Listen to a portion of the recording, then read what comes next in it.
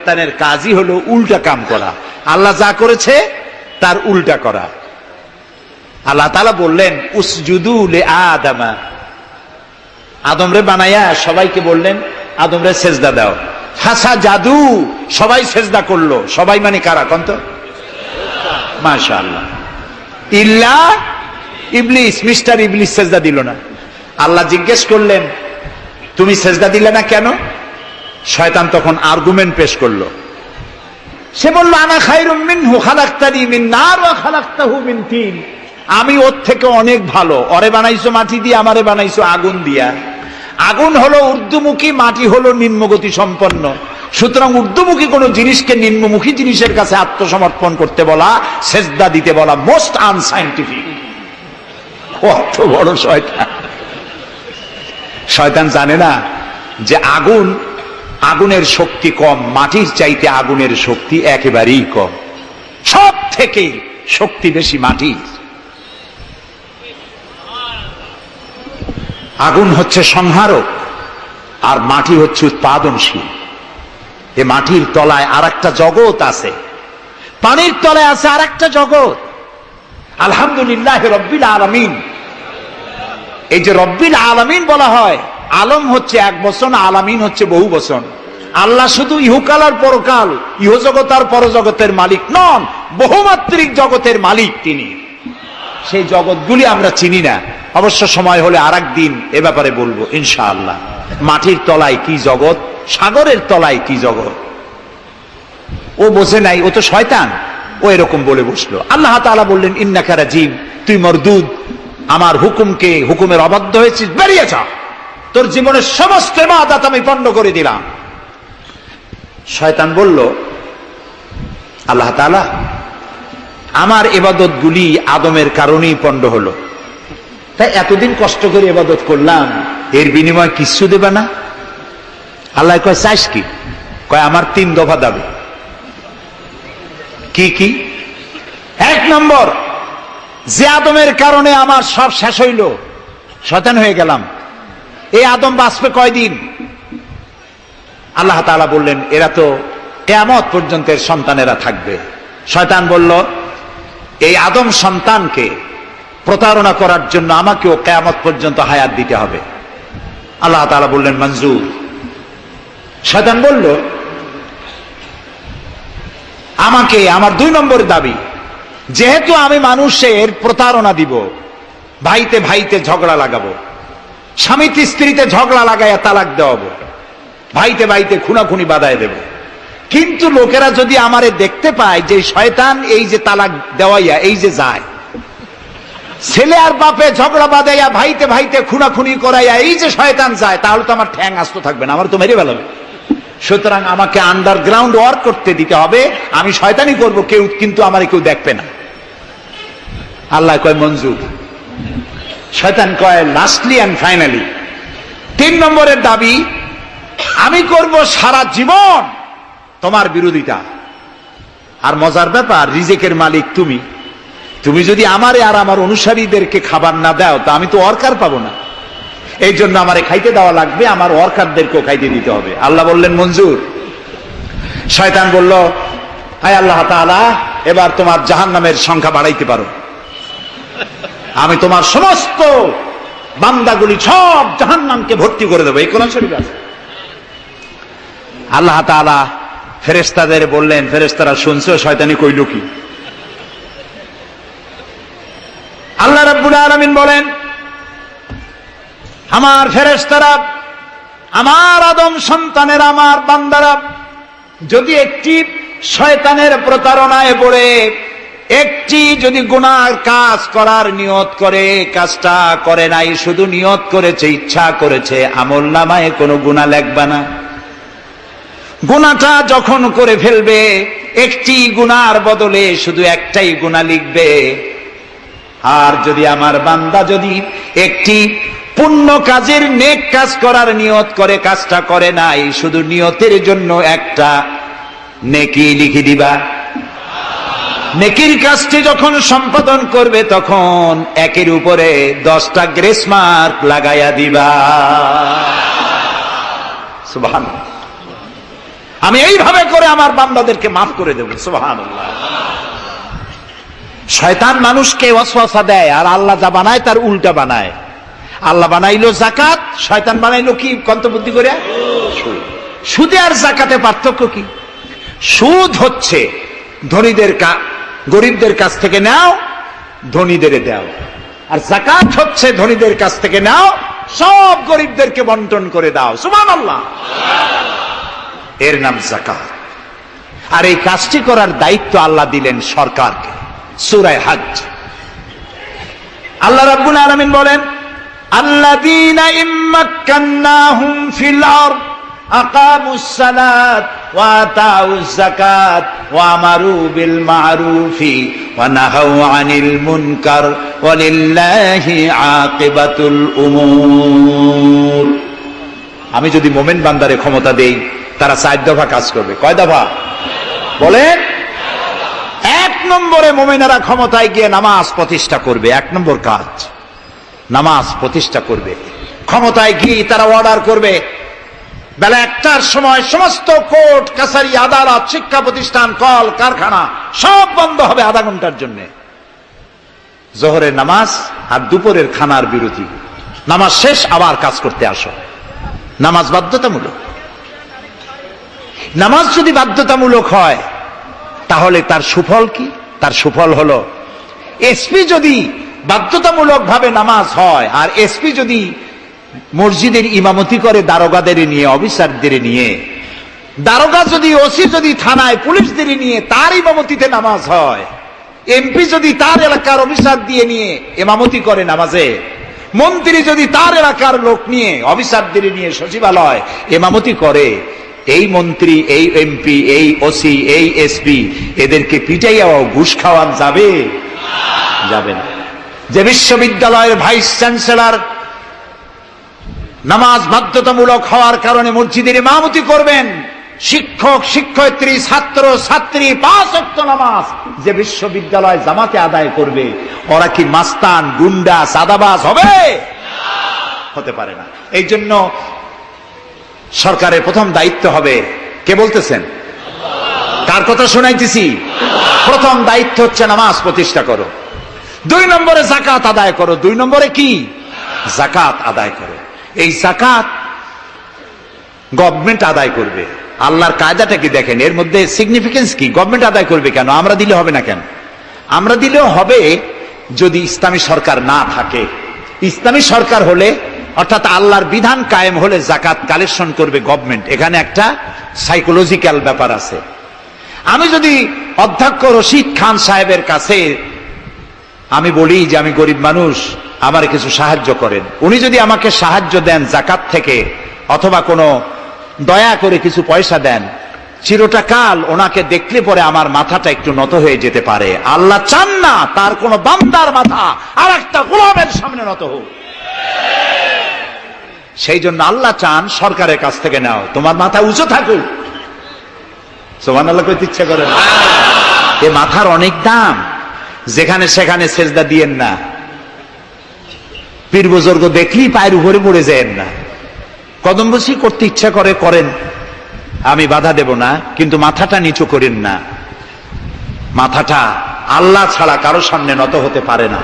এই মাথার অনেক দাম। আপনার বডি চেনাই যাবে না যদি মাথা না থাকে। আপনার মা অথবা স্ত্রী ছাড়া মস্তকবিহীন বডি চেনা কঠিন। এটা বডির আইডেন্টিটি। এই জন্য দেখবেন পৃথিবীর সমস্ত প্রাণী খাবারের সময় রুজির উপরে, রিজিকের উপরে মুখ লাগাইয়া খায়। গরু, বাছুর, মুরগি, হাঁস, হাতি, বাঘ, ভল্লুক, ময়না, টিয়া সব খাবারের উপরে মুখ লাগাইয়া খায়। কেবলমাত্র মানুষ খাবারের সময় খাবারটা মাখাইয়া মাথা উঁচু থাকে এখানে দেয়। আল্লাহ চান রিজিকের সামনে আমার বান্দার মাথা নত হবে না। মাথা নত হবে তো রাজ্জাকের সামনে নত হবে, রিজিকের সামনে নয়। সুতরাং গভর্নমেন্টের কাছ থেকে নাও, তাহলে তোমার মর্যাদা ঠিক থাকবে, কোনো ব্যক্তির কাছ থেকে নয়। গভর্নমেন্ট কালেকশন করবে, গভর্নমেন্ট বিতরণ করবে। এরপরে দারিদ্র বিমোচন ইসলামের সব থেকে বড় প্রোগ্রাম, দারিদ্র বিমোচন করা। কারণ কি? কারণ হলো আমার রাসূল বলেছেন, কাদাল ফাকরু আইয়াকুনা কুফরা। দারিদ্র মানুষকে কুফরির মধ্যে ঠেলে দেয়। তার নামাজ রোজা থাকে না, আল্লাহ রসুল থাকে না, দরিদ্রের ধর্ম একখানা রুটি, সে তখন পূর্ণিমার চাঁদকে রুটির মতো দেখে। আছে না একটা কবিতা এরকম, পূর্ণিমার চাঁদ যেন ঝলসানো রুটি, তখন তার ধর্ম হয়ে যায় এটা। এই জন্য রসুল্লাহ বলেছেন কাদাল ফাকরু আইয়াকুনা কুফরা। রসুল্লাহর একটা ব্যাংক ছিল, সেই ব্যাংকের নাম ছিল বাইতুল মাল। এই বাইতুল মাল ব্যাংক যেদিন তিনি এর ইনোগ্রাল সেশন, উদ্বোধনী দিন, আমাদের ব্যাংকগুলি উদ্বোধন করার সময় কত সামিয়ানা, গেট, তোরণ ইত্যাদি করা হয়। রসুল্লাহর ব্যাংক উদ্বোধন করা হলো মসজিদে নববীর ভিতরে, খেজুর গাছের খুঁটি আর খেজুর গাছ, উটের পশম, খেজুর গাছের পাতার মাটি, এই দিয়া ছাদ। উপরে যদি বৃষ্টি হয় আধা ঘন্টা, নিচে বৃষ্টি পড়ে 1.5 ঘন্টা, পাতার ট্যাপট্যাপানি। এরকম একটা মসজিদের ভেতরে বসে রসুল্লাহ ব্যাংক উদ্বোধন করলেন আর বললেন, বুখারীর হাদিস, মান তারাকা দায়নান আও দিয়ান ফাআলাইয়া। আমার রাষ্ট্রের ভিতরে কোন মানুষ যদি ঋণগ্রস্ত অবস্থায় মারা যায় আর তার ঋণ পরিশোধের অর্থ যদি না থাকে, তাহলে তার ঋণ পরিশোধের দায়িত্ব আর তার বিবি বাল বাচ্চা প্রতিপালনের দায়িত্ব আমি মুহাম্মদ আমার কাঁধের উপরে নিয়ে নিলাম। দারিদ্র বিমোচনের জন্য নবী করিম সাল্লাল্লাহু আলাইহি ওয়াসাল্লাম মানুষকে কাজ দিয়েছেন, ভিক্ষা কম দিয়েছেন। কেউ চাইলে, রসুলের আদত মুবারক ছিল, কেউ কিছু চাইলে পকেটে হাত দিতেন, থাকলে দিতেন। জীবনে একদিনের জন্য কাউকে না বলেন নাই। বলেছেন কিছু নাই, বলতেন আজকে দিতে পারলাম না, তুমি আবার এসো, দেব না, এরকম কথা জীবনে একবারও বলেন নাই। সুবহানাল্লাহ। শুধু দিয়েছেন, কিছু নেন নাই। আল্লাহ, সারা জীবন মানুষের কষ্ট বুকের উপরে ধারণ করেছেন, কাউকে কষ্ট দেননি। ক্ষুধার্ত মানুষের দুয়ারে দুয়ারে গেছেন, নিজে ক্ষুধায় কষ্ট করেছেন। হযরত আবু বকর, ওমর মসজিদে নববীর ভেতরে বসে অসময় বসে আছেন। রাসূলুল্লাহ দিনের বেলা জিজ্ঞেস করলেন, তোমরা এই অসময় এখানে কেন? তারা বললেন, আমরা ক্ষুধার্ত, 2-3 দিন কিছু খাই না। রাসূলুল্লাহ বললেন, আমারও তো একই অবস্থা, চলো। 3 জন বেরিয়ে গেলেন। মসজিদে নববীর পাশেই ছিল হযরত আবু আইয়ুব আনসারী রাদিয়াল্লাহু তাআলা আনহুর বাড়ি। আমি 1973 সনে স্বাধীন বাংলাদেশের প্রথম হজ আমি করেছিলাম। 4733 টাকা ছিল বিমানের ভাড়া। তখন মসজিদে নববীর পাশেই ছিল আবু আইয়ুব আনসারী রাদিয়াল্লাহু তাআলা আনহুর বাড়ি। সেই বাড়িতে গেলাম। ওইখানে একটা বাক্সের ভিতরে, একটা গ্লাসের বাক্সের ভিতরে ছিল রসুলের ব্যবহার করা তরবারি, তীর আর ধনুক। আমি বহুত চেষ্টা করছিলাম গ্লাসটা উঠাবার জন্য, কারণ এটা সেই তরবারি, সেই তীর, সেই ধনুক যেখানে আমার রসুলের হাতের পরশ লেগেছিল। যদি ধরতে পারতাম প্রাণ ভরে একটা চুমা দিতাম। এই বাড়িতে গিয়ে রাসূলুল্লাহ উপস্থিত হলেন। আবু আইয়ুব আনসারী, 3 জন মেহমান, এর থেকে শ্রেষ্ঠ মেহমান আছে? স্ত্রীকে বললেন, তাড়াতাড়ি একটা ছাগল জবাহ করো, রুটি বানাও। তিনি চলে গেলেন বাগানে, বাগান থেকে কিছু খোরমা আনলেন। হাদিস শোনাচ্ছি, গল্প নয়। কিছু খোরমা এনে রসুলের সামনে রাখলেন। রাসূলুল্লাহ বললেন, এর মধ্যে কাঁচা পাকা, আধা পাকা 3 পদের খাজুর, আমি কোনটা খাবো? হযরত আবু আইয়ুব বলেন, 3 প্রকারের খেজুরে আপনি হাত দিবেন, কারণ আপনার হাত যে প্রকারের খেজুরের গায়ে লাগবে আমার বাগানে আল্লাহ রাব্বুল আলামিন সেই খেজুরে বরকত দিয়া দিবেন। কিছুক্ষণ পরে রান্না হয়ে গেল। রসুলের সামনে গোশত আসলো, রুটি আসলো। আল্লাহর নবী খাবারের শুরুতে 2-1টা রুটি আর 2-3টা গোশত টুকরা রুটি দিয়া পেঁচায়া হযরতে আবু আইয়ুব আনসারীর হাতে দিয়া দিলেন। বললেন, আবু আইয়ুব, এই রুটি আর গোশত টুকরা নিয়ে যাও, আমার কলিজার টুকরা মা ফাতেমা গত 3 দিন হলো কিছু খায় নাই। দুনিয়ার মানুষের খাবার পৌঁছায়ছেন, নিজে না খেয়ে থেকেছেন। হযরত আয়েশা বলেছেন, 1 দিন 2 দিন না, মাসের পর মাস রাসূলুল্লাহর স্ত্রীদের ঘরে চুলায় আগুন জ্বলে নাই। হযরত ওমর রাদিয়াল্লাহু তাআলা আনহু রাসূলুল্লাহর ঘরে প্রবেশ করেছেন। এখনো ঘরটা আছে, মসজিদে নববীর কোনায় ছোট্ট ঘরটা। বিশ্বনবীর ঘর। তিনি ঘরের মধ্যে প্রবেশ করে দেখেন রাসূলুল্লাহ শুয়ে আছেন। তারপরে হযরত আবু বকর সালাম করলেন, রাসূলুল্লাহ উঠে বসলেন। হযরতে ওমর রাদিয়াল্লাহু তাআলা আনহু বাচ্চা শিশুর মতো ডুকরে কেঁদে উঠলেন। নবীজি জিজ্ঞেস করলেন, ওমর কাঁদো কেন? হযরত ওমর বলছেন, ইয়া রাসূলুল্লাহ, আমি বিশ্বনবীর ঘর দেখতেছি, ছোট্ট একটি ঘর, এক কোণায় পানি শূন্য সরাহি কাত হয়ে পড়ে আছে, এক পাশে একটা গ্লাস, আর আপনি যে বিছানায় শোয়া, চাদর নাই, বালিশ নাই, দড়ি দিয়া বুনানো খাটিয়ার উপরে শুয়েছিলেন, হাতের তলায়, মাথার তলায় হাত দিয়ে আপনার জান্নাতি শরীর মোবারকের পিঠের উপরে দড়ির দাগ আমি সহ্য করতে পারছি না ইয়া রাসূলুল্লাহ। কাফেরেরা পৃথিবীতে এত শান্তি করলো, আর আল্লাহ রাসূলের গায়ে দড়ির দাগ, আপনি আমাকে অনুমতি দেন, আমি একটা তোশক আপনাকে বানায় এনে দেই। রাসূলুল্লাহ বললেন, ওমর, আমি যদি হুকুম করি, এই যে ওহদ পাহাড়টা আমার জন্য সোনায় পরিণত হয়ে যাবে। আমি পৃথিবীতে শান্তি করতে আসি নাই, এসেছি মানবতার মুক্তির জন্য, কল্যাণের জন্য। নবী করিম সাল্লাল্লাহু আলাইহি ওয়াসাল্লাম এই যাকাতের বিধান কায়েম করলেন। মানুষের দুয়ারে দুয়ারে খাবার পৌঁছে গেল, বৃদ্ধরা ভাতা পেল, বয়স্করা ভাতা পেল, বেকারেরা তাদের কাজের সংস্থান পেয়ে গেল। অবস্থা এমন হলো, হযরত ওমর ইবনে আব্দুল আজিজ রাহমাতুল্লাহ আলাইহির সময় যাকাত কে নেবে, যাকাত কে নেবে চিল্লানো হতো, ঢোল বাজানো হতো। একজন লোক পাওয়া যেত না যে যাকাত আমার দরকার। ইতিহাস লিখছে, ওই সময় একজন লোক তার সাদকার টাকা নিয়ে ঘুরতেছে যে যাকাত কাকে দিবে। 3 দিন হলো যাকাত নেওয়ার মতো একটা লোক পেল না। অবশেষে ক্লান্ত হয়ে মরুদ্যানের মধ্যে বসে আছে। কিছু সময় পর দেখলো যে একটা লোক, ধুলায় ধূসরিত চেহারা, তিনি এসেছেন, হাতে একটা বড় টোপলা।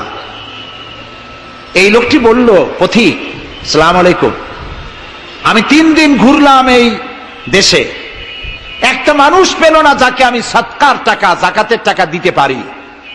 আপনাকে মনে হচ্ছে গরিব মানুষ, জামা কাপড় ময়লা, আপনি আমার এই টাকাগুলি নিয়ে আমাকে উদ্ধার করুন। লোকটি বলছে, তোমার মাথা ঠিক আছে কিনা আমি জানি না, তুমি কি মনে করছো যে আমার এই বস্তার মধ্যে ছেঁড়া খাতা?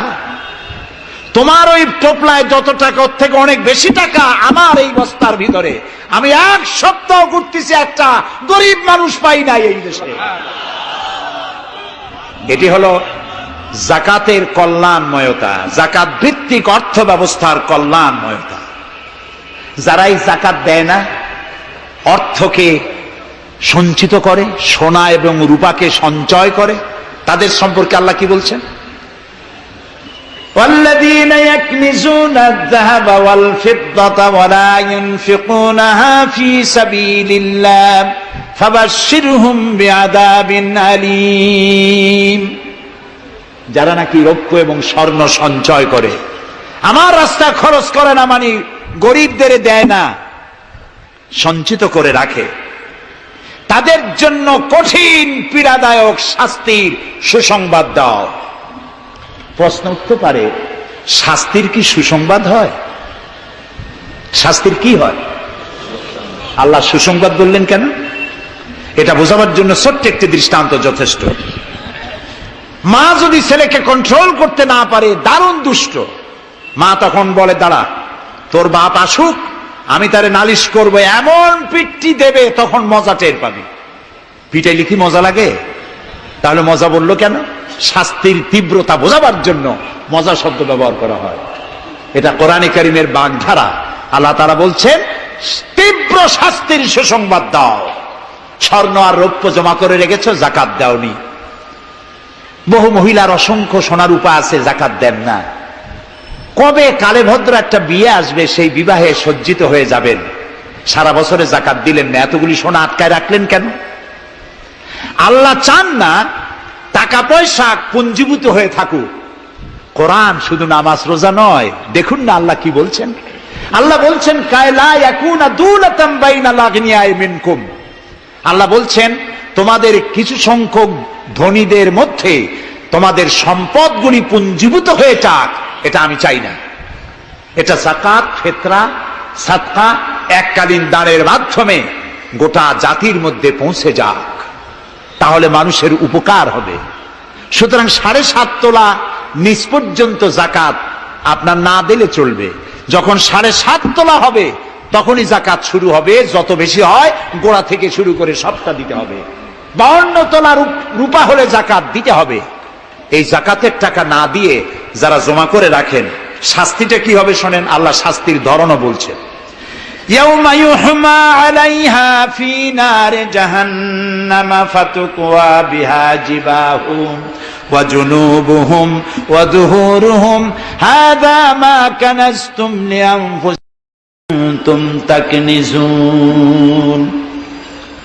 এমন একদিন আসবে যখন এই স্বর্ণ আর রৌপ্যকে জাহান্নামের আগুন দিয়ে জ্বালায়া সিল বানানো হবে, আর এই সিলগুলি তোমার কপালে, তোমার পার্শ্বদেশে, তোমার পৃষ্ঠদেশে সিল মারা হবে জাহান্নামের আগুন দিয়ে, আর বলা হবে হাদা মা কানাজতুম লিআনফুসিকুম, এই হলো তোমার সেই সব সঞ্চিত সম্পদ যা তুমি সঞ্চয় করে রেখেছিল, আল্লাহর রাস্তায় খরচ করো নাই। রাসূলের কাছে প্রশ্ন হয়েছে, ওয়ায়াসআলুনাকা মাযা ইউনফিকুন, হে রাসূল আপনাকে প্রশ্ন করা হয় যে কি খরচ করব। আল্লাহ তাআলা বলছেন কুলিল আফওয়া, বলুন প্রয়োজনের অতিরিক্ত জিনিস আল্লাহর রাস্তায় খরচ করে দাও। আমরা প্রয়োজনের অতিরিক্তটা ব্যাংকে জমা রাখি, আল্লাহ বলেন খরচ করো। যত খরচ করবে আল্লাহ তত বাড়াই দিবেন। দেখেন না আল্লাহ বাড়ায় কেমনে। আল্লাহরে বিশ্বাস করেন যে আল্লাহ যে বাড়াইতে পারেন, এটাকে বিশ্বাস করেন? এটি তো ইমানের প্রশ্ন। কেউ যদি জবাব দিতে ব্যর্থ হন তাহলে তো কুলক্ষণ। আল্লাহ কি সম্পদ কমানো আর বাড়ানোর মালিক কে? ইয়ামহাকুহুল্লাহুর রিবা ওয়া ইউরবিস সাদাকাত। আল্লাহ তাআলা বলছেন আমি সুদকে ধ্বংস করি আর সাদকাকে বৃদ্ধি করি। হালালে বরকত হয়, হারামে বরকত হয় না।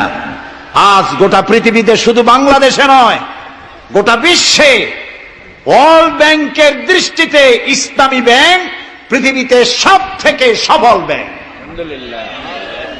তাও আলহামদুলিল্লাহ কব না। কেন? কারণ হালালে বরকত হয়, হারামে বরকত হবে না। আচ্ছা, কুত্তায় বাচ্চা দেয় কয়টা কন্ত?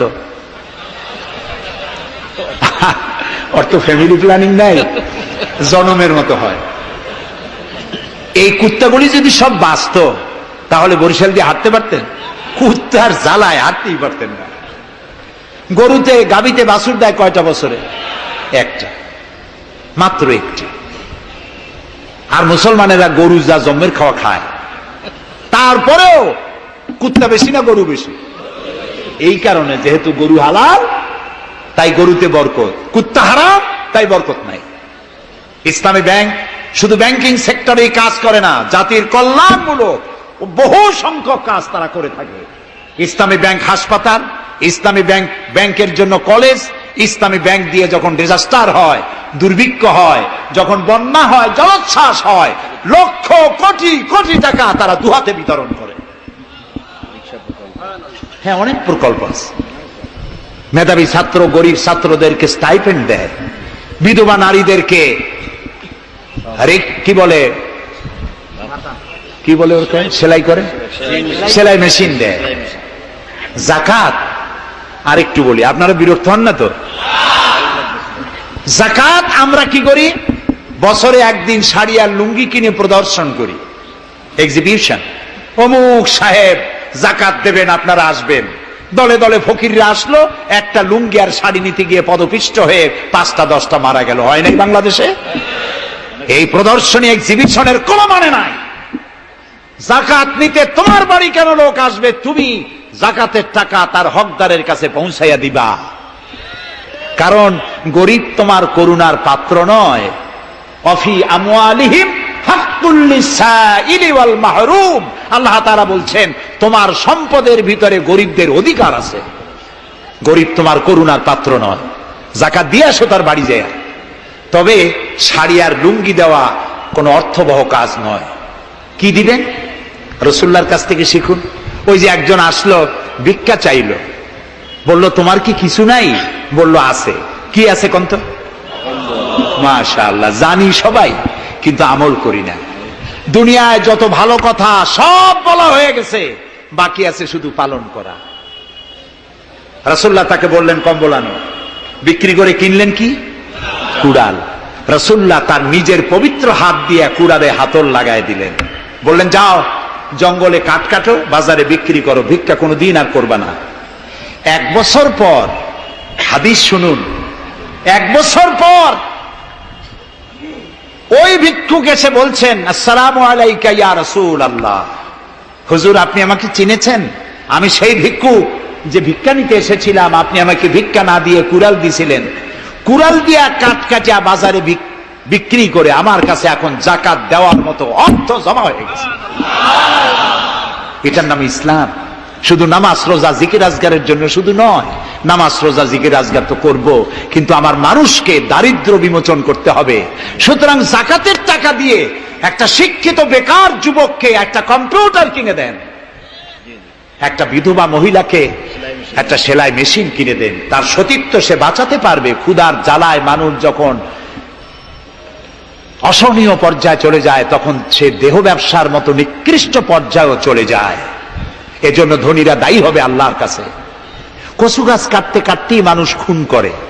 একটা এতিম বাচ্চা ক্ষুধার জ্বালায় ঘুরতেছে, ওই বাচ্চাটি আপনি তাকে একটু আদর করেন, ওরে আপনি একটা চীনাবাদামের বাক্স কিনে দেন 50 টাকা 100 টাকা দিয়া, কিছু চীনাবাদামের পুঁজি দেন, একটা পানের খিলি বানাইয়া বিক্রি করার পুঁজি দেন, কয়েকটা বুট পলিশের কালি আর ব্রাশ কিনে দেন, সে রাস্তায় বসে জুতা পালিশ করবে, ছেলেটি পকেট মারা থেকে চুরি করা থেকে বেঁচে যাবে, সমাজ সংস্কার হবে, সমাজ অপরাধ মুক্ত হবে, সমাজ থেকে দারিদ্র বিমোচন হবে। আলহামদুলিল্লাহ বলেন। আপনি কি জানেন এই যে গাছগুলি লাগালে পরে কত সওয়াব হয়, এবং দারিদ্র বিমোচনের জন্য গাছের কি বিশাল ভূমিকা। রাসূলুল্লাহ বলেছেন হাদিস, তোমার কাছে যদি এমন খবর আসে যে কিয়ামত হচ্ছে, আর তখন যদি তোমার কাছে কোনো গাছের চারা থাকে, কিয়ামত হচ্ছে, গাছের চারাটি কিয়ামত আসার পূর্বেই গাছের চারাটি লাগিয়ে যাও, কিয়ামতের দিন সাদকায়ে জারিয়ার সওয়াব পেয়ে যাবে। একটি গাছ যদি কেউ লাগায়, ওই গাছে যত পাখি বসবে, ফল হবে, মানুষে খাবে, আশ্রয় নেবে মানুষেরা, কিয়ামত পর্যন্ত সাদকায়ে জারিয়ার সওয়াব মানুষ কবরে বসে বসে পেতে থাকবে। সব জায়গায় সওয়াব আর সওয়াব জানি না, খালি মনে করি ইল্লাল্লাহ ইল্লাল্লাহ বলতে পারলেই সওয়াব। আর খালি ইল্লাল্লাহ বলবেন বা কেন? যারা এই ধরনের জিকির করেন, আমার মনে দারুণ প্রশ্ন, জবাব খুঁজে পাই নাই। আল্লাহর কলেমাকে খণ্ডিত করে জিকির করার পারমিশন কোন হাদিস দিয়েছে? কে দিয়েছে এই পারমিশন? লা ইলাহা ইল্লাল্লাহ, এটা হলো পূর্ণাঙ্গ কালেমা, কমপ্লিট হচ্ছে মুহাম্মদুর রাসূলুল্লাহ। আফজালুজ যিকর লা ইলাহা ইল্লাল্লাহ। কতক্ষণ লা ইলাহা ইল্লাল্লাহ, কতক্ষণ ইল্লাল্লাহ ইল্লাল্লাহ ইল্লাল্লাহ। এর অর্থ কি? আল্লাহ ছাড়া, আল্লাহ ছাড়া, আল্লাহ ছাড়া। আল্লাহ ছাড়া কি? কমন সেন্সের শুধু কমন বাদ দিয়া শুধু সেন্স যদি থাকে, কোন মুসলমানের এমন জিকির করা উচিত নয়। তবে common sense is very uncommon. দুর্ভাগ্য জাতি। প্রিয় ভাই সব, দারিদ্র বিমোচনের জন্য আল্লাহ তাআলা এসব ব্যবস্থা করে রেখেছেন। কাজ করে খাও, আয় থেকে দায় শোধ করো। আপনার পুকুর কেটে চতুর্দিকে পুকুরের কান্দায় পেঁপে গাছ লাগান, কলা গাছ লাগান। হাঁস পালেন, হাঁসগুলি পানিতে সাঁতার কাটবে, ভেতরে মাছ থাকবে, হাঁসের পায়খানা খেয়ে মাছ বড় হবে, হাঁস বড় হয়ে ডিম দেবে। এই ডিম বিক্রি করবেন, মুরগি বিক্রি করবেন, পেঁপে বিক্রি করবেন, কলা বিক্রি করবেন। মানুষের কাছে হাত পাতার চাইতে নিকৃষ্ট কাজ আর নাই। রাসূলুল্লাহ বলেছেন, আল্লাহর কাছে এই রকমের হাতের চাইতে এই রকমের হাতের মর্যাদা বেশি। এইটার নাম কি? চাওয়া। বলেন এইটার নাম কি? এইটার নাম আল্লাহর কাছে এইটার কোনো দাম নাই, কোনো দাম নাই। আল্লাহর কাছে দাম এইটা। এই জন্য যারা শ্রমিকদের সম্পর্কে আমার রাসূল বলেছেন, আল কাসিবু হাবিবুল্লাহ, যারা সহজে উপার্জন করে খায় ওরা আল্লাহর বন্ধু। আপনারা শ্রমিক না, সেই জন্য সুবহানাল্লাহ কইতে পারলেন না। আলহামদুলিল্লাহ বলে। রাসূলুল্লাহর হাদিস শোনাচ্ছি, আমি গাজী কালু চম্পাবতীর পুঁথি শোনাচ্ছি না। আল কাসেব হাবিবুল্লাহ, যে ব্যক্তি স্বহস্তে উপার্জন করে খায় সে আল্লাহর বন্ধু। এখন যদি কোন রিকশাওয়ালা, কুলি মজুর, ঠেলাওয়ালা যদি মনে করে আল্লাহর বন্ধু যখন হইছি নামাজ রোজা দিয়ে আর করবো কি, এটি কিন্তু ঠিক নয়। আল্লাহর বন্ধু হওয়ার জন্য নামাজ রোজা অত্যন্ত জরুরি। আর আপনি যে কষ্ট করে খাচ্ছেন, আপনার পয়সা হালাল। যে ব্যক্তি রিকশা চালায়, 2.5 মনে বস্তা মাথায় করে স্টিমারে উঠায়, ওর চাইতে হালাল পয়সা কারো নাই। মাথার ঘাম পায়ে ফেলে উপার্জন করছে। আপনি জানেন না যে দালানে যারা আছে খুব শান্তিতে নাই। বাইরের থেকে দেখে ভেতরের অবস্থাটা বোঝা যায় না।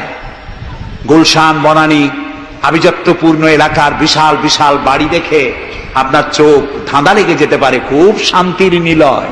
না, শান্তি নাই। বাড়ির মালিক, বহু টাকার মালিক, রাত্রির বেলায় ঘুম হয় না। কোন ফাঁক দিয়া জানলার পাশ দিয়ে গুলি এসে বুক ঝাঁঝরা করে দেয়, ঘুম নাই। জনমের মতো অসুখ হইছে, প্রত্যেক দিন সোনার চাউল দিয়ে ভাত খাইতে পারে, কিন্তু ডাক্তার তার রুজি কন্ট্রোল করে দিয়েছে। পাঙ্গাসের পেটি, খাসির চর্বি খাইতে পারবেন না, ভাত কম খাবেন। সকালবেলায় ডিমের পুষ, দুপুর বেলায় 1 স্লাইস টুস, সন্ধ্যাবেলায় ফলের জুস, খাওয়া শেষ। বউ তো কথা শোনে না। হাজারো কাজ করে ঘরমুক্ত হয়ে স্বামী ফিরেছে, বিবি সাহেবা, বেগম সাহেবা পেখম ধরে হাতে ভ্যানিটি ব্যাগ নিয়ে স্বামীর সামনে থেকে হন হন করে যাচ্ছে। স্বামী বেচারা কষ্ট করে জিজ্ঞেস করছে, তুমি কই যাও? বলছে, আই এম ভেরি বিজি। ছেলে হয়েছে কয়টা? সব গুন্ডা, মাস্তান। মাথায় এত বড় চুল, হাতে এত বড় নখ। মেয়েগুলি বয়ফ্রেন্ড নিয়ে কোথায় চলে গেছে। বেটা বাড়ির কাজের লোক, কাজের মেয়েদের হাতের দেওয়া খানা খাইল, আদর পাইল না, যত্ন পাইল না, সম্মান পাইল না। খাইয়ে নিজে নিজে শুয়ে আছে, এতগুলা ঘুমের ট্যাবলেট খাইছে, ঘুমও আসে না। কিন্তু তুমি মেয়ে রিকশাওয়ালা, ঠেলাওয়ালা, কুলি মজুর, সারাদিন কাজ করে পোলার চাউল কিনতে পারো নাই, মোটা চাউল কিনেছ, খেসারির ডাল কিনেছ। একটু কিনে বাড়িতে বউ রান্না করেছে। আমি এই চোখে দেখা কথা বলি, আল্লাহ তাআলা এই বয়সে কম দেখান নাই। কমলাপুর রেল স্টেশনের বস্তি দেখেছি, অনেক বস্তি এলাকায় গিয়েছি। স্বামী বসে খাচ্ছে, ঘরমাক্ত রিক্সা চালায় আসছে, 2.5 মনে বস্তা টানে আনছে। স্ত্রী খাবার তুলে দিচ্ছে, আরেকটু খাও, খুব কষ্ট করেছো, আরেকটু খাও। ওর ঘরে ফ্যান নাই, কাপড়ের আঁচল দিয়ে স্বামীর কপাল মুছে দিচ্ছে, আরেকটু খাও, এত কষ্ট করো তুমি। ওর ঘরে ফোমের বিছানা নাই, চটের মতো শক্ত বিছানা, বালিশ নাই, ইটের মতো শক্ত, চাপ কাপড়ের একটু কভার দাও। এরকম একটা বালিশের উপরে সারাদিনের শ্রান্তি আর ক্লান্তি নিয়ে আর ঘুমায় গেছে, কোন ওষুধ খাওয়া লাগে না। এমন ঘুম আসছে, ওর নাকের গর্জনে ট্রাকের ইঞ্জিন ফেল। শান্তি কি বড় লোক হলে হয়? শান্তি দেওয়ার মালিক আল্লাহ। শান্তি দেওয়ার মালিক কে? আল্লাহ তাআলা। এই জন্যে এই শান্তি আসবে যদি সঠিকভাবে, সুষ্ঠুভাবে আল্লাহ পাকের দেওয়া এই বিধানগুলি আমরা যদি সমাজে কায়েম করতে পারি, তাহলে এটি সম্ভব। আমার দেশে এখন যদি যাকাতের টাকা কালেকশন করা হয়, তাহলে আমরা একটা হিসাব করেছি। আমি একটা ব্যাংকের সাথে জড়িত আছি, আপনারা জানেন বোধহয়, ইসলামী ব্যাংক। এর জন্ম লগ্ন থেকে আমি আছি এর সাথে। সেই হিসেবে আমরা একটা জরিপ চালাইছি। বাংলাদেশে যদি এখন যাকাত যদি গভর্নমেন্ট কালেকশন করে, তাহলে একেবারে কম করে হলেও 6,000 কোটি টাকা যাকাত কালেকশন হতে পারে। 6,000 কোটি। আর ওয়াকফ এস্টেট আছে বাংলাদেশে লক্ষ লক্ষ একর জমিন, যা বিভিন্ন মোতাল্লি তারা সিন্দাবাদের দত্তের মতো ওয়াকফ সম্পত্তির উপরে চেপে বসে আছে। এই ওয়াকফ সম্পত্তি যদি উদ্ধার করা যায়, আর যাকাত আর ওশরের টাকা যদি গভর্নমেন্ট কালেকশন করতে পারে, বাংলাদেশের দারিদ্র বিমোচনের জন্য পৃথিবীর কারো কাছ থেকে একটি টাকাও নেওয়ার দরকার নাই। এই যে ৬,০০০ কোটি টাকার শূন্যতা ভ্যাকুয়াম সৃষ্টি হলো বাংলাদেশে, এই শূন্যতা পূরণের জন্য এগিয়ে এলো এনজিওরা এবং তারা সুদের বাণিজ্য শুরু করলো। ব্যাংক সুদ নেয় 15 or 17%, আর এনজিওরা নেয় 35 থেকে 40%। মারাত্মক সুদখোর। সমাজে কাবুলিওয়ালাদের মতো সুদ চালু করে দিয়েছে। প্রিয় ভাই সব, বাংলাদেশ এটি সম্পদশালী দেশ। যারা বলে, আমি পার্লামেন্টে একবার বক্তৃতায় বলেছিলাম যে যারা বলে বাংলাদেশ গরিব, আমি তাদের সাথে একমত হতে পারি না। আমার দেশ সম্পদশালী দেশ, আলহামদুলিল্লাহ বলে। আমার দেশ, এ বাংলাদেশের আবাদযোগ্য জমির পরিমাণ 2,40,00,000 একর। আলহামদুলিল্লাহ বলবেন না? এখানে বনজ সম্পদ আছে 32,53,860 কিলোমিটার বর্গমিটার নিয়ে, বর্গমাইল জুড়ে। এখানে আল্লাহর হিকমতটা দেখেন। সুন্দরবন আমাদের থেকে দূরে না কাছে? বরিশাল, বরগুনা, বাগেরহাট, সাতক্ষীরা, এই এলাকায় সুন্দরবন কে বানাইছে? কোন গভর্নমেন্ট বানিয়েছে? কেন আর অন্য জায়গায় বানানো হলো না কেন? উত্তরবঙ্গে বানাইলো না কেন? কারণ আমাদের বঙ্গোপসাগর হলো সাইক্লোন জোন। এখান থেকেই ঘূর্ণিঝড়ের উৎপত্তি হয়, সাইক্লোন জোন। 240, 80, 300 অথবা সহস্র মাইল স্পিডে বা 500 মাইল স্পিডে ঝোড়ো হওয়া প্রবাহিত হওয়ার জন্য ঘূর্ণিঝড় প্রস্তুতি দেয়। আবহাওয়া বার্তা দিয়ে তা শোনানো হয়। উপকূলীয় এলাকায় যদি আল্লাহ তাআলা সুন্দরবন তৈরি না করতেন, তাহলে সমুদ্রের ঘূর্ণিঝড়ের প্রথম ধাক্কায় কুয়াকাটা, পটুয়াখালী, বরগুনা, সাতক্ষীরা, পিরোজপুর, বাগেরহাট, বরিশাল প্রথম ধাক্কায় উড়ে চলে যেত। আল্লাহ তাআলা কি দয়া, সুন্দরবন বানাই দিয়ে প্রোটেক্টেড করেছেন। তাও আমরা সুবহানাল্লাহ বলবো না? এই সুন্দরবন রক্ষার জন্য গভর্নমেন্ট পাহারাদার লাগিয়েছে, কিন্তু পাহারাদারেরা নিজেরাই রক্ষকরা হইছে ভক্ষক, জন্মের খাওয়া খাইতেছে। আল্লাহ দেখলেন যে এরা তো এই ধরনের মানুষ খুব বেকায়দা, সেই জন্য আল্লাহ তাআলা নিজেও কিছু পাহারার ব্যবস্থা করলেন। সেই পাহারাদার কে? Royal Bengal tiger. যদি সামনে পড়েন 10 কোটি টাকা ঘুষ দেবেন, এ কথা শুনলেও আপনারে ছাড়বে না। যাতে বংশানুক্রমে পৃথিবীর মানুষ, দেশের মানুষ এগুলি ভোগ দখল করতে পারে, আল্লাহ সেই জন্য পাহারাদার রেখে দিয়েছেন। সুবহানাল্লাহ। আমার দেশে রয়েছে পানি সম্পদ। বাংলাদেশে ছোট বড় 250টি নদ নদী আছে, যেগুলির দৈর্ঘ্য 3,200 বর্গ মাইল।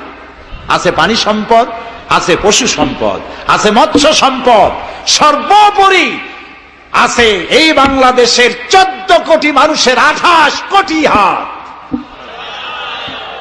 এই হাতগুলি যদি ভিক্ষুকের হাত না হয়ে কর্মীর হাত হয়ে যায়, তাহলে আমাদের দেশ গরিব থাকতে পারে না।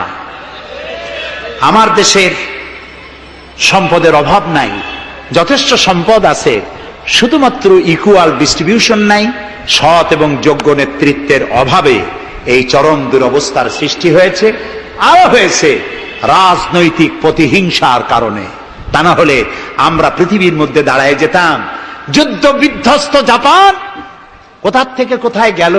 উত্তর কোরিয়া আমেরিকাকে চ্যালেঞ্জ করছে। থাইল্যান্ড, যারা নারী ব্যবসা করে জীবন বাঁচাইতো, সেই থাইল্যান্ড এখন, আমি মেলবোর্ন ইউনিভার্সিটিতে আমার প্রোগ্রাম ছিল, যাওয়ার সময় ব্যাংকক হয়ে গেলাম। একটি হোটেলে আমার থাকার জায়গা ছিল। 30 কিলোমিটার লম্বা ফ্লাইওভার ব্যাংককে। বিল্ডিং গুলি দেখতে হলে এরকম তাকালে মাথা টুপি পড়ে যায়, এত উঁচু উঁচু বিল্ডিং। সিঙ্গাপুর কোত্থেকে কোথায় গেল?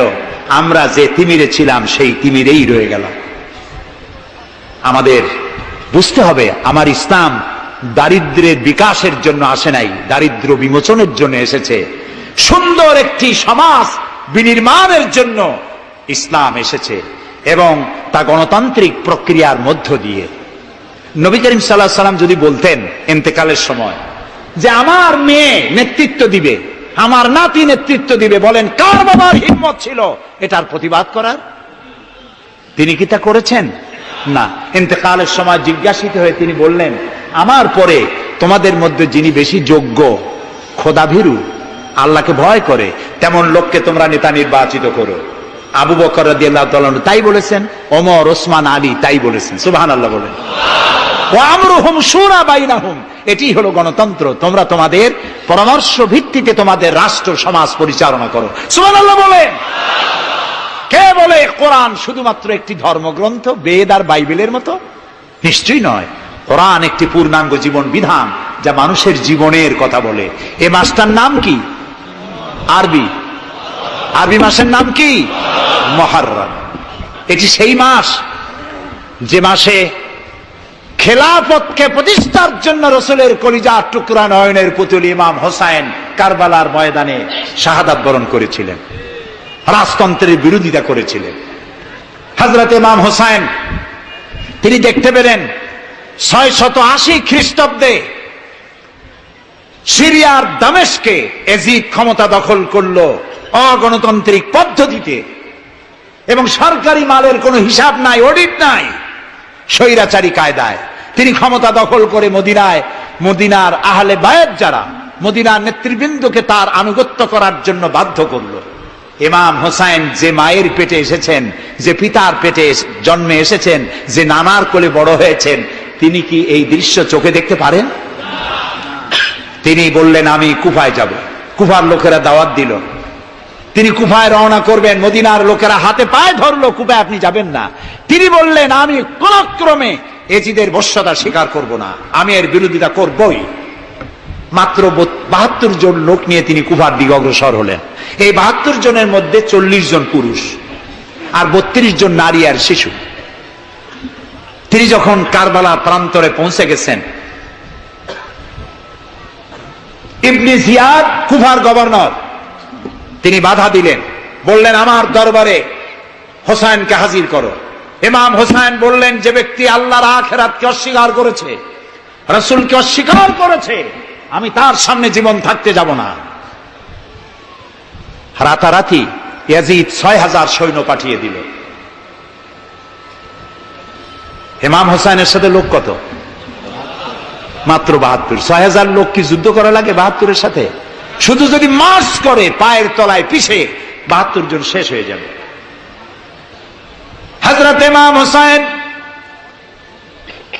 রাতের বেলায় সঙ্গীদের বললেন, ও আমার সাথীরা, ইয়াজিদ আমার শির চায়, আমাকে চায়, আমার সঙ্গে থেকে তোমরা তোমাদের জীবনকে বিপন্ন করো না, তোমরা সবাই ফিরে চলে যাও মদিনায়। সাথীরা বললেন, ইমাম, আজকে যদি আপনাকে ছেড়ে জীবনের মায়া নিয়ে মদিনায় ফিরে যাই, আর আপনার যদি শাহাদাত নসিব হয়, তাহলে কিয়ামতের দিন আল্লাহর নবীর সামনে আমরা কি জবাব দেব? আমরা আমাদের জীবন দিয়ে আপনাকে পাহারা দেব। সকালবেলায় যুদ্ধ শুরু হয়ে গেল। জোহরের নামাজ আসতে না আসতে 40 জন পুরুষ শাহাদাত বরণ করলেন। এখন একজন পুরুষ বেঁচে আছেন, ইমাম হোসাইন। তাঁবুর ভিতরে স্ত্রী এবং অন্যান্য মহিলাদের কাছ থেকে বিদায় নিতে এসেছেন। তোমাদেরকে আল্লাহর হাওয়ালা করলাম, আমি যুদ্ধে চলে যাচ্ছি। আমার চোখের সামনে আমার নানাজির দান্দার মোবারক শহীদ হওয়া ইসলাম, সাহাবীদের রক্ত দেওয়া, জীবন দেওয়া ইসলাম, খেলাফত মিটে যাবে পৃথিবী থেকে, রাজতন্ত্র প্রতিষ্ঠা হবে, আমার জীবন থাকতে আমি তা হতে দেব না। স্ত্রী এগিয়ে এলেন, বললেন, হোসাইন, জিহাদের ময়দানে থেকে আমি আপনাকে বিরত থাকতে বলবো না, তবে একটি দাবি আছে। এই যে ছোট্ট দুগ্ধপোষ্য শিশু, গত কয়েকদিন হলো ঘরে খাবার নাই, পানি নাই, আমার বুকে দুধও নাই, এই ছোট্ট বাচ্চাটিকে একটু পানির ব্যবস্থা করুন। ইমাম হোসাইন কলিজার টুকরা সন্তানকে 2 হাতে উঁচু করে এজিদি সৈন্যদের সামনে এসেছেন। এজিদি সৈন্যরা, আমার হাতের দিকে তাকাও, এটি রাসূলের আওলাদ, আমার কলিজার টুকরা সন্তান। ফোরাতের অফুরন্ত পানি প্রবাহিত হচ্ছে, একটু ফোরাতের কুলটা ছেড়ে দাও, ওর একটু পানি পান করাই। আমার সাথে তোমাদের শত্রুতা থাকতে পারে, এই নিষ্পাপ বাচ্চার সাথে তো কোনো শত্রুতা থাকার কথা নয়। তার এই আবেগপূর্ণ কথা এজিদি সৈন্যদের কলিজা স্পর্শ করলো না। তারা বিষাক্ত তীর নিক্ষেপ করলো। ইমাম হোসাইনের উঁচু করে ধরা বাচ্চার বুকের ভিতর থেকে বিষাক্ত তীর প্রবেশ করে বেরিয়ে গেল অপর প্রান্ত থেকে। রক্ত ফিনকি দিয়ে বেরিয়ে এলো। ইমাম হোসাইন দুই হাতে আজলা ভরে সেই রক্ত চেহারায় মাখতে লাগলেন আর বললেন, কলিজার টুকরা সন্তান, সালেহ আলাইহিস সালামের উটনির রক্তের চাইতে তোমার রক্ত পবিত্র। হযরত সালেহ আলাইহিস সালামের চাইতে রাসূলুল্লাহর মর্যাদা অনেক বেশি, তুমি তার আওলাদ। বাচ্চাকে কোলে করে নিয়ে স্ত্রীর কাছে গিয়ে বললেন, স্ত্রী, এই নাও তোমার বাচ্চা, ঠান্ডা হয়ে গেছে, এমন পানি পান করেছে কিয়ামত পর্যন্ত পানি পানি বলে তোমারে আর বিরক্ত করবে না। ইমাম হোসেন লড়াই করলেন ময়দানে। বহু সংখ্যক সৈন্য হতাহত করে ফোরাতের কুল উন্মুক্ত করে ঘোড়ার পৃষ্ঠ থেকে নেমে এক আস্তা পানি তুলেছেন, পানি পান করবেন। মুখের কাছে যখন আকণ্ঠ তৃষ্ণার্ত পিপাসার্ত হোসাইন মুখের কাছে পানি নিয়েছেন, হঠাৎ ভেসে উঠল মনের পর্দায়, একটু আগে আমার কলিজার টুকরা সন্তান এই পানির অভাবে চলে গেল। 40 জন মানুষ বিদায় হলো, এক ফোঁটা পানি দিতে পারলাম না, এই পানি আমি কেমনে খাই? হাতের থেকে পানি পড়ে গেল। অশ্বের পৃষ্ঠে আরোহণ করলেন। চতুর্দিক থেকে তীর আর তরবারি আসতে লাগলো। ইমাম হোসাইন বললেন, থামো, একটু থামো, তোমরা কাকে তীরবিদ্ধ করছো? আমি কি তোমাদের রসুল মুহাম্মদ সাল্লাল্লাহু আলাইহি সাল্লামের নাতি নই? আমি কি তোমাদের রসুলের কলিজার টুকরা মা ফাতেমার নয়নের মণি নই? কেমন করে আমার গায়ে তোমরা তীর মারো? উম্মে সালমা, আমাদের মা উম্মে সালমা রাদিয়াল্লাহু তাআলা আনহা, সকাল বেলায় 11ই মুহররম সকাল বেলায় তিনি ঘরে বসে কাঁদতেছেন। কয়েকজন প্রতিবেশী মহিলা এসে বলছেন, মা আপনি কাঁদেন কেন? তিনি বলছেন, আজকে রাত্রে আমি স্বপ্ন দেখেছি রাসূলুল্লাহ আমার বাড়ি এসেছেন। আমি দেখতে পেলাম আল্লাহ রসুলের চোখ দিয়ে পানি পড়ছে, দাড়ি মোবারক ধুলা মাখা, বুক কাদা বলি। আমি জিজ্ঞেস করলাম, ইয়া রাসূলুল্লাহ, আপনি কাঁদেন কেন? মুখখানা মলিন কেন? দাড়ি মোবারকে ধুলাবালি কেন? রাসূলুল্লাহ বললেন, উম্মে সালমা, তুমি জানো না আমি এইমাত্র কারবালা থেকে এসেছি। আমি দেখে এলাম আমার কলিজার টুকরা হুসাইনের শির মোবারক তার দেহ থেকে বিচ্ছিন্ন করে ঘোড়ার পদতলি, ঘোড়া দিয়ে পদদলিত করা হয়েছে তার দেহ মোবারক। ইসলাম এত সহজে আসে না, অনেক রক্ত পাড়ি দিয়ে এসেছে ইসলাম। হযরতে হোসাইনের মস্তক মুবারক ইয়াজিদি সৈন্যরা একটা প্লেটে করে নিয়ে কুফার গভর্নর ইবনে জিয়াদের সামনে রেখেছে। ইবনে জিয়াদ চেয়ারে বসা, সিংহাসনে বসা, ইমাম হোসাইনের মস্তক মুবারক তার পায়ের কাছে রেখেছে। কলঙ্কিত ইতিহাস, কি করে আমি শুনাই আপনাদেরকে? ইবনে জিয়াদ চেয়ারে বসে পায়ের কাছে রাখা ইমাম হোসাইনের ঠোঁটের উপরে লাঠি দিয়ে নাড়তেছে। হযরত যায়েদ রাদিয়াল্লাহু তাআলা আনহু 80 বছর বয়স, তিনি বলছেন, ইবনে জিয়াদ, এতক্ষণ যা করেছ মুখ বুজে সহ্য করেছি, কিন্তু এখন যেটা তুমি করতেছো পায়ের কাছে কার ব্যথা? তুমি যে ঠোঁটের উপরে লাঠি দিয়া নাড়তেছো, আমি যায়েদ, আমি দেখেছি রাসূলুল্লাহ 1000 বার এই মুখের উপরে চুমা খেয়েছেন। তোমার বেয়াদবি বন্ধ করো। প্রিয় ভাই সব, রাজতন্ত্র নয়, পরামর্শ ভিত্তিক সমাজ ব্যবস্থা প্রতিষ্ঠার জন্য আল্লাহ তাআলা ইসলাম দিয়েছেন, দ্বীন দিয়েছেন।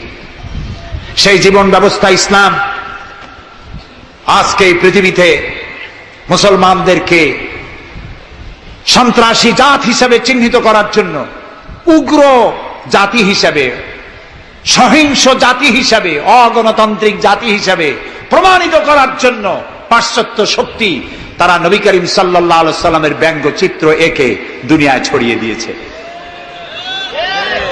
আজকে জুমার খুতবায় আমি কসাই মসজিদে বলেছিলাম, রাসূলুল্লাহর মাথার উপরে বোমা আকৃতির পাগড়ি বেঁধেছে, পাশে 2টা অর্ধনগ্ন মেয়ে লোক রেখেছে। নাউজুবিল্লাহ। তোদের মতো অসভ্য আছে পৃথিবীতে? ডেনমার্ক, আমেরিকা, ইউরোপ, তোমরাও কি মানুষের মতো কাজ করেছ? বিশ্ব নবী পৃথিবীতে সব দিয়েছেন, কিছু নেন নাই। তাকে অপমান করার অর্থ হচ্ছে মানব সভ্যতাকে অপমান করা। রাসূলকে অপমান করার ক্ষমতা কারো নাই। তার সম্মান পাহাড় সমান নয়, তার সম্মান আকাশ সমান নয়।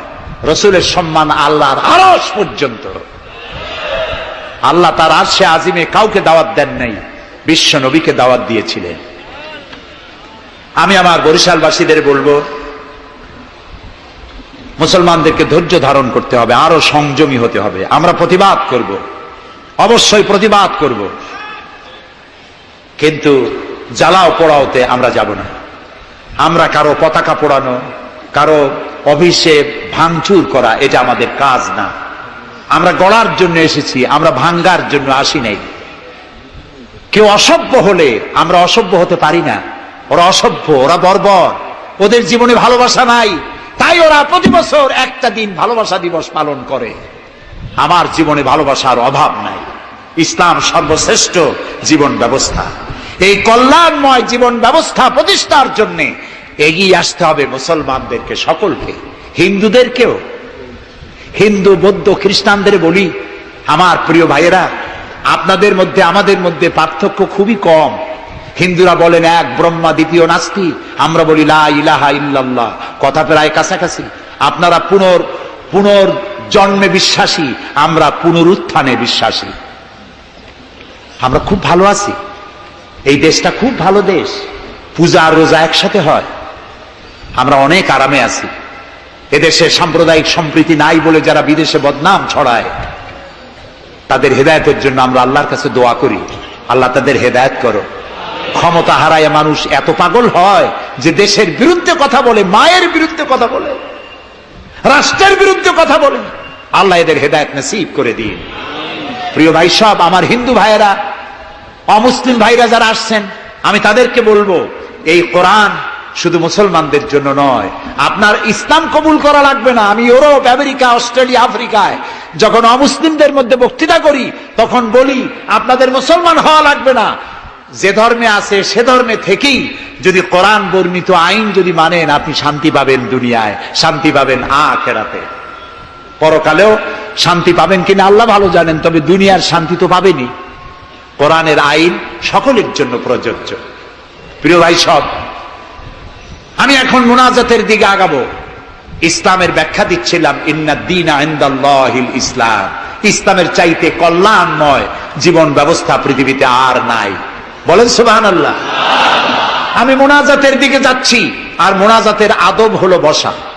এই রাস্তা জুড়ে যত মানুষ দাঁড়ানো আছেন, সব মানুষ বসুন।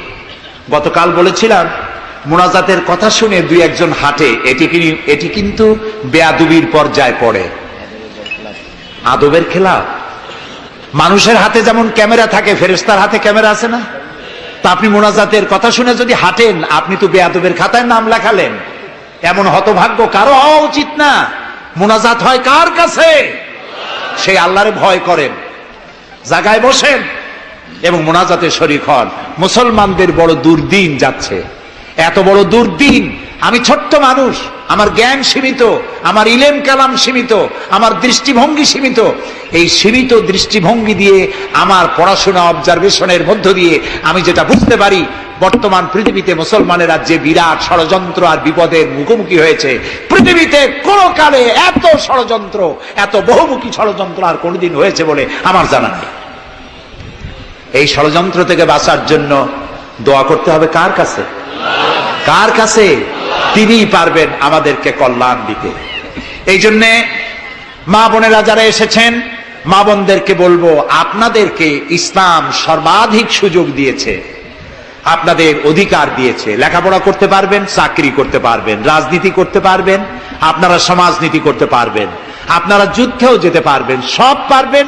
তবে আপনার শালীনতা, আপনার সম্ভ্রম, আপনার সতীত্ব, আপনার পর্দা আপনাকে বজায় রাখতে হবে। এ কাজটুকুনের মধ্য দিয়ে নারীর অধিকার প্রতিষ্ঠিত হবে। সেজন্য আমি মা বোনদেরকে বলবো, আসুন ইসলামকে জানি, ইসলামকে বুঝি, ইসলামের সাথে নিজেদেরকে সম্পৃক্ত করি। এটি শুধুমাত্র নামাজ রোজা হজ জাকাতের ধর্ম নয়। নামাজ রোজা হজ জাকাত সহ অর্থনীতি, সমাজনীতি, রাষ্ট্রনীতি সবকিছুর সমন্বয় একটা জীবনের স্কিম, একটি পরিকল্পনা যা দিয়েছেন আল্লাহ তাআলা। সুবহানাল্লাহ বলুন। আর ওই কথার প্রতিবাদ করি যারা আল্লাহর আইন প্রতিষ্ঠার নামে বোমা হামলা করে, সন্ত্রাসী তৎপরতা চালায়, এরা জিহাদকে অবমাননা করেছে। জিহাদ আর যুদ্ধ এক কথা নয়, জিহাদ আর কিতাল এক কথা নয়, হোলি ওয়ার এবং জিহাদ এক কথা নয়। সুতরাং আল্লাহর আইন প্রতিষ্ঠার নামে যারা সন্ত্রাসী তৎপরতা চালায় তারা একটি জঘন্য কাজ করছে। যারা বোমা মারে আল্লাহর আইন প্রতিষ্ঠার জন্য, তারা মানুষ নয়, তারা মানুষ নামের কলঙ্ক, তারা নরপশু। বলুন তো তারা কি? তারা জানোয়ার। হরকতুল জিহাদ, তারপরে জামাতুল মুজাহিদিন, জুমরাতুল মাসাকিন, আবার আরেকটা নতুন সংগঠন বেরোচ্ছে নাকি শুনলাম, তার নাম করেছে তারা আল জঙ্গিতুল জংলা। এরা কোন জঙ্গল থেকে বাইর হবে আল্লাহ জানে। আপনারা যদি এদের ধরতে পারেন, এদেরকে থানায় সোপর্দ করবেন। আপনি যদি জানতে পারেন, আপনার ছেলের রুম আপনার পরিদর্শন করা উচিত। আপনার ছেলের পড়ার রুমের টেবিলের ড্রয়ারে কি আছে, বালিশের তলে কি আছে, বেডের নিচে কি আছে, সেসব বইপত্র আপনার দেখা উচিত। অর্ধ পড়ুয়া, লেখাপড়া জানে না, মা বাপ থেকে বিচ্ছিন্ন করে এইসব ছেলে পেলেদেরকে ওরা ট্রেনিং দেয়। একটা বিচারপতি মারতে পারলেই বেহেশতে যাবা তাড়াতাড়ি, একটা আইনজীবী মারতে পারলে বেহেশতে যাবা, বোমা মারো বেহেশতে যাও। বলেন নাউজুবিল্লাহ। আমাদের দেশে ইসলাম এসেছে বড় বড় আলেম আর বড় বড় আল্লাহর ওলিদের মাধ্যমে ইসলাম এসেছে। তারা কি বোমাবাজি করেছেন? তারা কি সন্ত্রাসী তৎপরতা করেছেন? না। ওই জায়গায় দেখেন হযরত খানজাহান আলী রহমতুল্লাহ আলাইহির কবর আছে না? কোথায়? বাগেরহাটে। খালি কুমির দেখেন না, ইতিহাস দেখেন। তিনি এসে, মানুষের খাবার পানি ছিল না, বড় বড় দিঘি কেটেছেন। এই ছিল তাদের কাজ। দিঘি কেটেছেন, পুকুর করেছেন, রাস্তা করেছেন, মসজিদ করেছেন। হযরত শাহজালাল রহমতুল্লাহ আলাইহি গৌর গোবিন্দের বিরুদ্ধে যুদ্ধ করা লাগে নাই, শুধু আযান দিয়েছেন আর তাদের মূর্তিগুলির কম্পন শুরু হলো। গৌর গোবিন্দ দৌড়াইয়া পলাইয়াও কুল পায় নাই, বিনা যুদ্ধেই দখল হয়ে গেছে সিলেট। সুবহানাল্লাহ। তারা প্রতিবাদ মুখর ছিলেন। হযরতে মুজাদ্দেদ আল ফিসানি রহমতুল্লাহ আলাইহি সম্রাট আকবরের বিরুদ্ধে প্রতিবাদ করেছেন, জেল খেটেছেন, সমাজ সংস্কার করেছেন। এ ছিল অলিউল্লাহদের কাজ। আমাদের দেশে শর্ষিনার পীর, ফুরফুরার পীর, জৌনপুরের পীর, চরমোনাইর মরহুম পীর হযরত মাওলানা ইসহাক সাহেব রহমতুল্লাহ আলাইহি পীরের মতো পীর ছিলেন। আমি ছাত্র জীবনে তার অনেক ওয়াজ শুনেছি। কান্দা মানুষ পাগল হয়ে যেত। গাছেরটার তলারটা দুটো খাওয়ার অভ্যাস ছিল না। তিনি মানুষকে ব্যঙ্গ করেন নাই, কারো বিরুদ্ধে উল্টা পাল্টা ফতোয়া দেন নাই। আমার কাছে ইসলাম, কারো কাছে ইসলাম নাই, এই বাজে কথা তিনি জীবনেও বলেন না। আমরা তাকে সম্মান করি।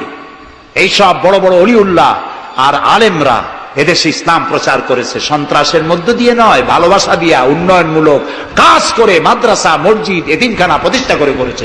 সুতরাং এই সন্ত্রাসী তৎপরতা যারা চালায় তারা মানুষ নয়, তারা জানোয়ার, তারা পশু।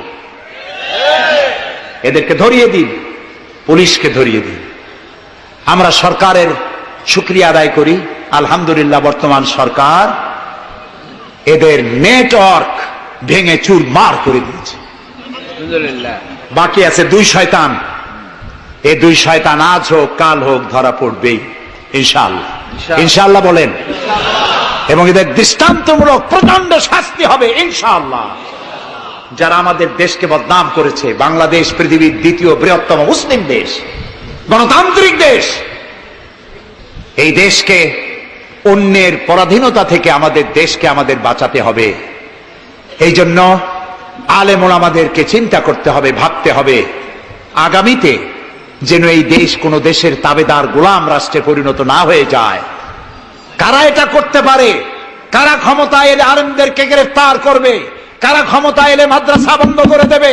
কারা ক্ষমতা এলে শাইখুল হাদিসকে দড়ি দিয়া বাঁধে বরিশাল জেলখানায় ঢুকাইয়া চোরের সাথে রাখবে? ওদেরকে চিনতে হবে। ওদেরকে চিনতে হবে। আর ঐক্যবদ্ধভাবে যারা আলেমদের পক্ষে, মাদ্রাসার পক্ষে, যারা আলেমদেরকে অসম্মান করে না, আলেমদেরকে মর্যাদা দেয়, তাদের সাথে থাকুন। এই দেশের সমস্ত মাদ্রাসাগুলি ফাজেলকে ডিগ্রির মান, কামেলকে মাস্টার্সের মান দেওয়া হবে ইনশাআল্লাহ। কওমি মাদ্রাসাগুলোকে স্বীকৃতি দেওয়া হবে ইনশাআল্লাহ। আমার দেশে ইসলাম প্রচারিত হয়েছে দুটি শিক্ষা ব্যবস্থার মধ্য দিয়ে, আলিয়া এবং কওমি। আমরা কোনোটাকে ঘৃণা করি না, দুটোই। আমি পল্টনে বক্তৃতায় বলেছিলাম, কেউ যদি আমাকে জিজ্ঞেস করে আপনার দুটি চোখের মধ্যে কোনটা আপনার প্রিয়, আমি পাল্টা প্রশ্ন করতে চাই, আপনি বলুন আপনার কাছে কোনটা প্রিয়? আপনার কাছে যদি দুটোই প্রিয় হয়, আমার কাছেও দুটোই প্রিয়। আলিয়াও প্রিয় আমার চোখের মতো, কওমি মাদ্রাসাও আমার প্রিয়। এই মাদ্রাসাগুলি এখানে আছে বলে ইসলাম আছে, মাদ্রাসা থাকবে না, ইসলাম থাকবে না। সুতরাং মাদ্রাসা হচ্ছে ইসলামের লালন কেন্দ্র। মসজিদও থাকবে না। মসজিদে যেতে হলে তো মাদ্রাসা লাগবে, নামাজ শিখবা কোথায়, আল্লাহরে চিনবা কোথায়? এই জন্য সব থেকে বেশি জরুরি হলো মাদ্রাসা। সেই মাদ্রাসার তারা শত্রু, তাই 252টা মাদ্রাসা যারা বন্ধ করেছিল, এখন তারা আবার বলে ক্ষমতায় যেতে পারলে সংবিধানের 5ম সংশোধনী বাতিল করবে। 5ম সংশোধনী বাতিলের অর্থ কি?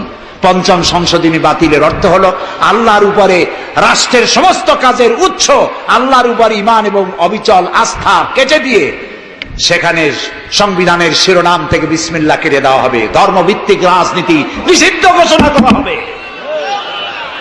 মুসলমানেরা বেঁচে থাকতে কোন অবস্থাতেই এই শক্তিকে ক্ষমতায় আসতে দেওয়া যায় না।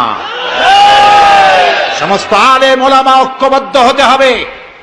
কোন মিষ্টি কথায় ভুলে গেলে হবে না। তেলের দাম, দ্রব্য মূল্য বেড়ে গেছে, তাই আমাদেরকে অন্য পথে যেতে হবে। এই পাগলামি করলে নিজের পায়ে নিজে কুড়াল মারা হবে। সুতরাং আল্লাহর দিন, দেশ বাঁচলে আমরা বাঁচবো, স্বাধীনতা থাকলে আমরা থাকবো। দেশের স্বাধীনতা, অস্তিত্ব, অখণ্ডত্ব বাঁচিয়ে রাখার জন্য সর্বোপরি এই যে টুপি মাথায় দিয়ে চলি, মুখে দাড়ি আছে, এই দাড়ি আর টুপিকে টিকিয়ে রাখার জন্য যারা ইসলামকে ভালোবাসে, আলেমদেরকে ভালোবাসে, সম্মান দেয়, মর্যাদা দেয়, উন্নয়নের জোয়ার বয়ে দেয় সারা দেশ জুড়ে, তাদের সাথে ঐক্যবদ্ধ হয়ে কাজ করা আমাদের ঈমানের দায়িত্ব। সে দায়িত্ব পালনের তৌফিক আল্লাহ আমাদেরকে দান করুন। বাস, আমরা এখন মোনাজাত করব। মোনাজাতের পরে এশার আজান হবে। এশার নামাজ জামাতে পড়ে আমরা বাড়ি যাব। ঠিক আছে ভাই? গতকাল কিন্তু ঠিক থাকে নাই, আজকে যেন থাকে। তবে অনেকে এশার নামাজ পড়ে এসেছেন, এটাও ঠিক। যারা পড়ে আসেন নাই তারা আমাদের সাথে পড়বেন। নামাজ না থাকলে ঈমান থাকবে না। নামাজ না পড়লে নিজেকে মুসলমান বলে পরিচয় দেওয়ার অধিকার নষ্ট হয়ে যায়। জীবনে আর নামাজ ছাড়বো না, এই ওয়াদা কি করা যায়? যাবে? দুহাত উঁচু করুন, বলুন ইয়া আল্লাহ, তোমার পবিত্র নামে ওয়াদা করি, যতদিন পর্যন্ত মালাকুল মউত আমার মাথার কাছে না আসতেছে, ততদিন পর্যন্ত ফরজ নামাজ, ফরজ রোজা আর ছাড়বো না, আর ছাড়বো না, আর ছাড়বো না। এবার জোরে বলেন ইয়া আল্লাহ, আমার আজকের এই ওয়াদা আমার মৃত্যু পর্যন্ত আমাকে পালন করার তৌফিক দাও ইয়া রাব্বাল আলামিন। এখন মোনাজাত হচ্ছে। মোনাজাতের পর আপনারা নামাজের জন্য কাতার দিয়ে দাঁড়িয়ে যাবেন আর সকলে আর্থিক সাহায্য করবেন। আল্লাহুম্মা আমিন। রব্বানা যালামনা আনফুসানা ওয়া ইন লাম তাগফির লানা ওয়া তারহামনা লানাকুনান্না মিনাল খাসিরিন। রব্বানা যালামনা আনফুসানা ওয়া ইন লাম তাগফির লানা ওয়া তারহামনা লানাকুনান্না মিনাল খাসিরিন। হে আল্লাহ তাআলা, হাজার হাজার মুসলমান নরনারী দীর্ঘক্ষণ ধরে তোমার কোরআন শুনেছি, হাদিস শুনেছি, আর শেষ পর্যায়ে এসে ভিক্ষুকের মতো, কাঙ্গালের মতো গুনার বোঝা মাথায় নিয়ে তোমার দরবারে হাত তুলেছি। দয়া করে মেহেরবানি করে আমাদের জিন্দেগীর সমস্ত গুনাহ খাতাকে মাফ করে দাও। আমাদের মধ্য থেকে আমাদের মা বাপ দুনিয়া থেকে যারা বিদায় হয়ে গেছে, আয় আল্লাহ রব্বুল আলামিন, মা বাপের কবরগুলিকে জান্নাতের টুকরা বানাইয়া দাও। রব্বিরহামহুমা কামা রব্বায়ানি সগীরা। সবাই পড়েন রব্বিরহামহুমা কামা রব্বায়ানি সগীরা। হায় আল্লাহ রাব্বুল আলামিন, জনম দুঃখিনী গর্ভধারিণী মা, যিনি না খেয়ে আমাদের মুখে ক্রন্দন মুখে চুমা দিয়া শত চুমা দিয়া হাসি ফুটাইছেন, না খেয়ে আমাদেরকে খাওয়াইছেন, আমরা না ঘুমানো পর্যন্ত ঘুমান নাই, এত কষ্ট করেছেন যেই মা, আল্লাহ কবরটাকে বেহেশত বানাইয়া দাও। বাপজান এত কষ্ট করলেন, বাড়ি ঘর বানাইয়া দিয়া খালি হাতে বিদায় হয়ে গেছেন, কোন হালতে আসি জানি না, আল্লাহ আব্বার কবরটাকে বেহেশত বানাইয়া দাও। আমাদের মা বাপ যাদের বৃদ্ধ হয়ে গেছেন, রব্বুল আলামিন বিছানায় পড়ায়া পরনির্ভর করে মারবা না।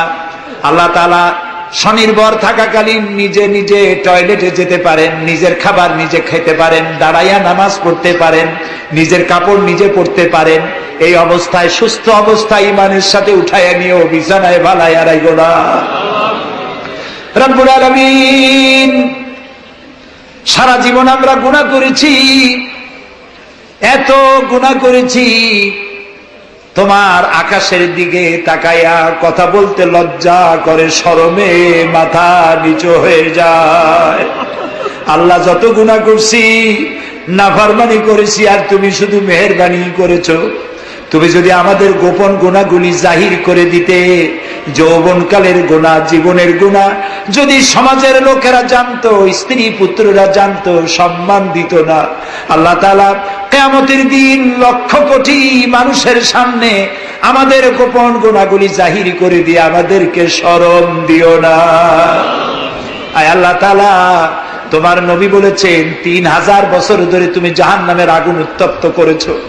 আল্লাহ তাআলা চৈত্র মাসের দ্বিপ্রহরের রোদ সহ্য হয় না। আল্লাহ তাআলা জাহান্নামের আগুন আমরা সইতে পারবো না। জাহান্নামের আগুন আমাদের জন্য আল্লাহ তুমি হারাম বানায়া দাও। আল্লাহুম্মা আজিরনা মিনান নার। সবাই পড়েন আল্লাহুম্মা আজিরনা মিনান নার, আল্লাহুম্মা আজিরনা মিনান নার। আয় আল্লাহ তাআলা, তাম পৃথিবীতে মুসলমানেরা আজ বড় বিপদে, মুসলমানদের কেউ দেখার নাই। ইরাকের আল গরিব কয়েদখানার ভিতরে মুসলমানদেরকে উলঙ্গ করে তাদের মুখের উপরে কাফেরেরা পেশাব করেছে। গুয়ান্তানামো কারাগারের ভিতরে মুসলমানদের বান্দা তাদের সামনে কোরআন শরীফের উপরে পেশাব করেছে। রাসূলুল্লাহর মাথায় বোমা উঠাইয়া দিয়েছে। নগ্ন নারী তার পাশে বসে ছবি উঠাইছে। বাবু, আমাদের কলজা চলে যায় বাবু। আল্লাহ নর পশুদের হেদায়েত দাও।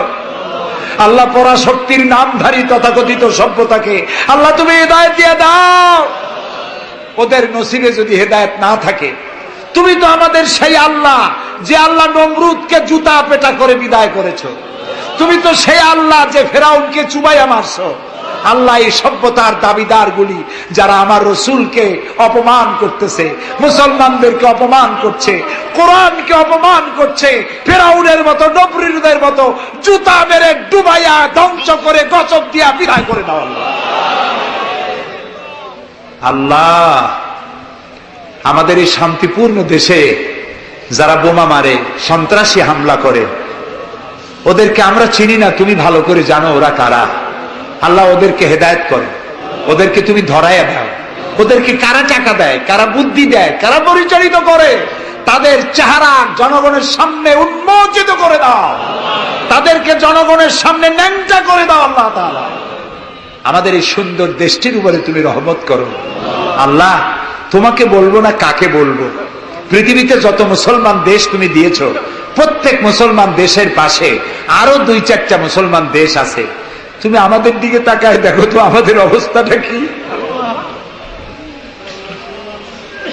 আমরা কোথায় যাব? আমাদের তো পালাবারও জায়গা নাই। একদিকে সমুদ্র আর 3 দিকে কারা। আল্লাহ, তুমি এই বাংলাদেশটাকে দয়া করে হেফাজত করো। কারো তাবেদার বানাইও না, কোন পদসেবী পদলেহীদের গোলাম বানাইও না। আল্লাহ এই দেশের মুসলমানদের মাথায় টুপি রাখা, মুখে দাড়ি রাখার পথে বিঘ্ন ঘটায়ও না। মাদ্রাসাগুলি বন্ধ করে দিয়ে আমাদের দম বন্ধ করে দিও না। আল্লাহ তাআলা এমন শক্তি ক্ষমতা এনো না যারা ইসলামকে অপমান করবে, আলেমদেরকে অমর্যাদা করবে, এমন লোকদেরকে কিয়ামত পর্যন্ত ক্ষমতা দিও না। আল্লাহুম্মা লা তারুদ্দানা খায়বিন, আল্লাহুম্মা লা তারুদ্দানা খায়বিন। আল্লাহ তাআলা একেবারে কিছু না দিয়ে একেবারে খালি হাতে আমাদেরকে ফেরত দিও না বাবা। আমি কয়েক সেকেন্ড আপনাদের জন্য ছেড়ে দিলাম। মাথা নিচু করেন, চক্ষু বন্ধ করেন, কেঁদে কেঁদে মনের কথা আল্লাহরে বলেন, দোয়া কবুল হবে ইনশাআল্লাহ। কোরআনের মাহফিল, দোয়া কবুল হবে ইনশাআল্লাহ।